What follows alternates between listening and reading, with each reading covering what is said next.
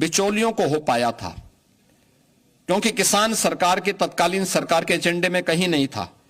इस दौरान 2017 से लेकर 2024 के बीच सरकार ने 5 गुना अधिक यानी 88,746 करोड़ रुपए का धान का मूल्य डीबीटी के माध्यम से अन्नदाता किसानों के खाते में करने का काम किया।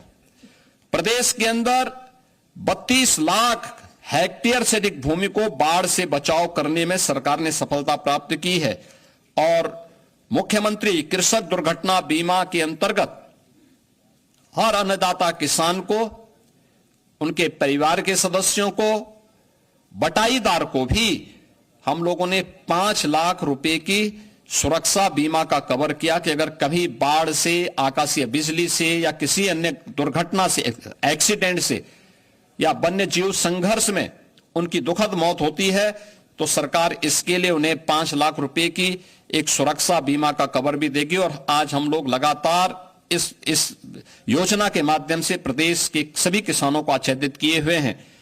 तो इस दौरान प्रदेश के अंदर निराश्रित गोवंश की समस्या का समाधान करने में भी ये डबल इंजन की सरकार को सफलता प्राप्त हुई, जिसमें 7,700 से अधिक गौआश्रय स्थल के माध्यम से 12,50,000 से अधिक गोवंश का संरक्षण सरकार अपने स्तर पर कर रही है और सहभागिता योजना के माध्यम से 1,05,000 पशुपालकों को 1,63,000 से अधिक गोवंश उनकी सुपुर्दगी में दिया गया है, जिसमें प्रति गोवंश प्रति माह अन्नदाता किसान को सरकार 1,500 रुपए का भुगतान करती है एक गोवंश के लिए।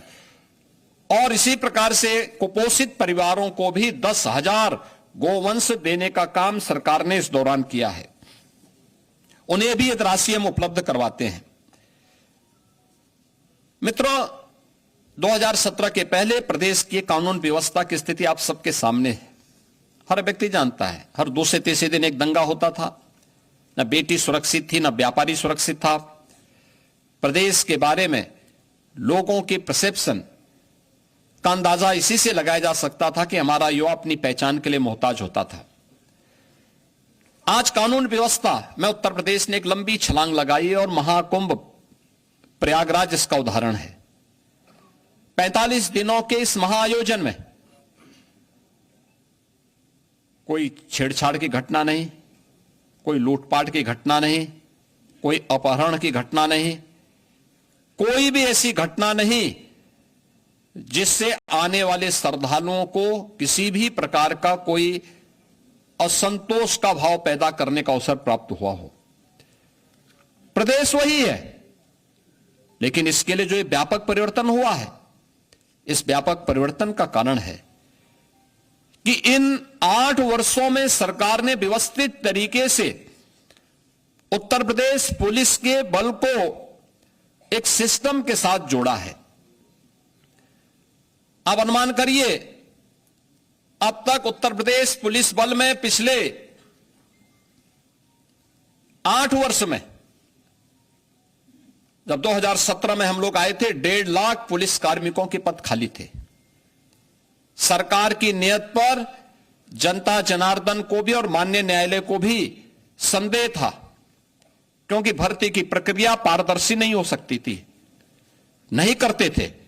लेकिन पहली बार हुआ जब पारदर्शी भर्ती की प्रक्रिया के माध्यम से सरकार ने 1,56,000 से अधिक पुलिस कार्मिकों की भर्ती, जो आज सेवा दे रहे हैं, उन्हें उत्तर प्रदेश पुलिस बल का हिस्सा बनाया है। और अभी हाल ही में 60,200 से अधिक पुलिस कार्मिकों की नई भर्ती भी संपन्न की है, जिन्हें कुछ ही दिनों के अंदर ट्रेनिंग की प्रक्रिया के साथ जुड़ने का अवसर प्राप्त होगा। यानी आप अनुमान कर सकते हैं कि 2,16,000 से अधिक केवल पुलिस कार्मिक अकेले उत्तर प्रदेश पुलिस बल में भर्ती हुए हैं। और ये भर्ती की प्रक्रिया के साथ साथ उत्तर प्रदेश में जब 17 में हम लोग आए थे, 10 जनपद ऐसे थे जहां कोई पुलिस लाइन नहीं थी। पुलिस के बैरक की स्थिति आप देख सकते थे, सब टूटे फूटे थे, कोई व्यवस्था उनके लिए नहीं थी। ट्रेनिंग मात्र 6,000 पुलिस कार्मिकों की ट्रेनिंग की क्षमता थी। आज उनके इंफ्रास्ट्रक्चर को बढ़ाया गया। सभी 10 जनपद जहां पे कोई पुलिस लाइन नहीं थी, या तो पुलिस लाइन का निर्माण पूरा किया गया, बल्कि पुलिस कुछ जगह निर्माण का कार्य पूरा किया या निर्माणाधीन है। हर जनपद में, हर थाने में पुलिस की अवस्थापना सुविधाओं के लिए बैरक का निर्माण किया गया। पुलिस की ट्रेनिंग क्षमता को कई गुना बढ़ाया गया। जिस प्रदेश में मात्र 6000 पुलिस कार्मिकों की ट्रेनिंग हो सकती थी, पहली बार होगा, और उत्तर प्रदेश देश का पहला राज्य होगा जो 60,244 पुलिस कार्मिकों की एक साथ ट्रेनिंग कराने जा रहा है। एक साथ ट्रेनिंग कराने जा रहा है, और ये प्रदेश के अंदर ही ट्रेनिंग होने जा रही है।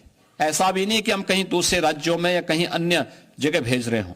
ये अपने आप में उत्तर प्रदेश सरकार के द्वारा उठाए गए उन कदमों का परिणाम है जो पिछले कुछ समय के अंदर हम लोगों को देखने को मिला है, और परिणाम आपके सामने है। एनसीआरबी की जो रिपोर्ट है, कितना परिवर्तन आया है, यह आप सबके सामने है। पिछली सरकारों ने दंगाइयों के काल के रूप में जाने जाने वाली पीएसी की 54 कंपनियों को समाप्त कर दिया था। यानी उन्होंने एक व्यवस्था, एक साजिश की थी कि जब यहां पे पीएसी ही नहीं रहेगी तो फिर इसके बाद दंगाइयों को खुली छूट मिल जाएगी। हमारी सरकार आई, हमने इन सभी कंपनियों को फिर से बहाल किया, बल्कि महिला बटालियन की 3 महिला नई बटालियन भी गठित की। प्रदेश के अंदर अन्य महत्वपूर्ण स्थलों पर भी 5 नई पीएसी की बटालियन के गठन की प्रक्रिया को आगे बढ़ाया। एयरपोर्ट, मेट्रो की सुरक्षा के लिए, अन्य महत्वपूर्ण संस्थानों की सुरक्षा के लिए स्पेशल सिक्योरिटी फोर्स का भी गठन किया और उसकी 6 वाहिनियां गठित की। प्रदेश के अंदर सभी जनपदों में साइबर थानों की स्थापना की गई। हर थाने में एक साइबर सेल हेल्प डेस्क की व्यवस्था की गई, और आज प्रदेश के अंदर जो हमारी पीआरबी 112 है, इसके रिस्पांस टाइम को 2017 के पहले इसका रिस्पांस टाइम 25 मिनट 42 सेकंड होता था, आज यह 7 मिनट 24 सेकंड का मात्र रह गया है। यानी आम जनता को कितनी जल्दी इस न्याय मिल सकता है, उस तक पुलिस का रिस्पांस कितनी फास्ट होगी, इसी से आप अंदाजा लगा सकते हैं।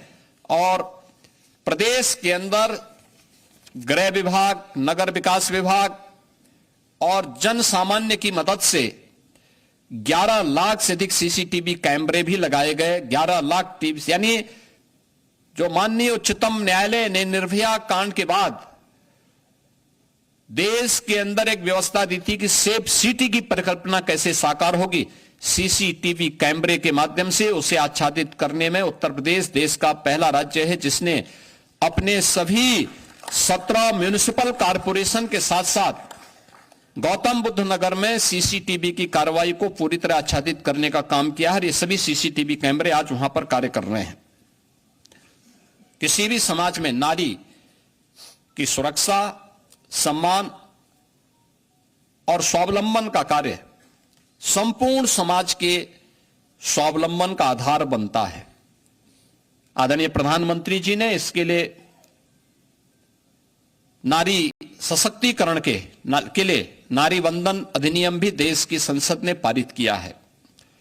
उत्तर प्रदेश ने शुरू से इस पर ध्यान दिया है। अभी हम लोगों ने 60,200 पुलिस कार्मिकों की भर्ती संपन्न की है।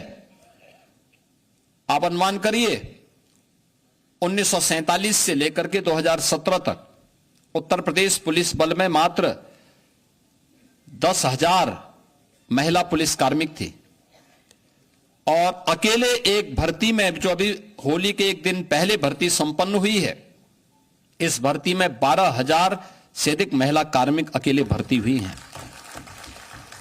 इससे पहले 1,26,000 की जो भर्ती संपन्न हुई, 1,56,000 की जो भर्तियां हम लोगों ने यहां पे संपन्न की थी, 25,000 से अधिक महिला कार्मिक उसके माध्यम से हम लोगों ने उत्तर प्रदेश पुलिस बल का हिस्सा बनाया है।